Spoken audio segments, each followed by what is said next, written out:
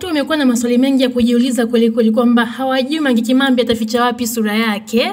Jana ilikuwa ni siku ya Mei Mosi ambapo ilifanyika pale mkoani Singida. Walihudhuria viongozi mbalimbali akiwemo Rais wa Jamhuri ya Muungano wa Tanzania Mheshimiwa Dr. Samia Suluhu Hassan, lakini pia Waziri Mkuu wa Jamhuri ya Muungano wa Tanzania, bila kusahau mastaa tofauti hapa Bongo ambapo Diamond Platnumz pia aliperform, bila kusahau Dula Makabila, bila kusahau Zuchu, lakini pia Nagachi naye aliweza kutumbuiza katika sehemu hile ya maadhimisho ya siku ya Mei Mosi.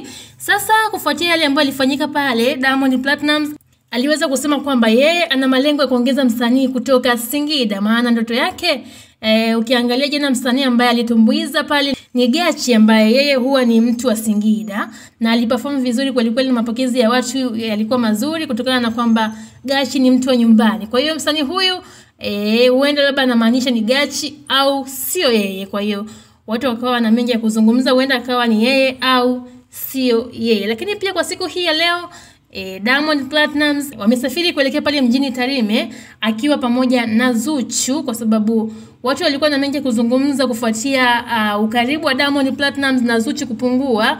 Wengi wao wakihisi labda huenda wameachana kutokana na kwamba pale Nigeria pia kwenye harusi ya Jux na Priscilla Diamond Platnumz alienda peke yake. Lakini pia ukisalia katika maeneo mengi ambayo Zuchu alikuwa anafanya show zake alikuwa peke yake. Kwa hiyo wengi wakawa wanajipa majibu peke yao kwamba huenda hawa wawili wametengana au inaweza ikawa ni aje. Katika ukurasa wake wa Instagram, star huyu wa muziki Simba ameweza kuposti akiwa airport kuelekea Tarime kwa ajili ya uzinduzi wa hoteli ya CMG ambao utafanyika siku ya kesho akiwa na bibie Zuchu. Kwa hiyo ni wazi kwamba watu hawa bado wako pamoja na penzi lao bado linazidi kushamiri kinamna fulani hivi. Hii ni Mawingi TV na mimi ni Diana Masae.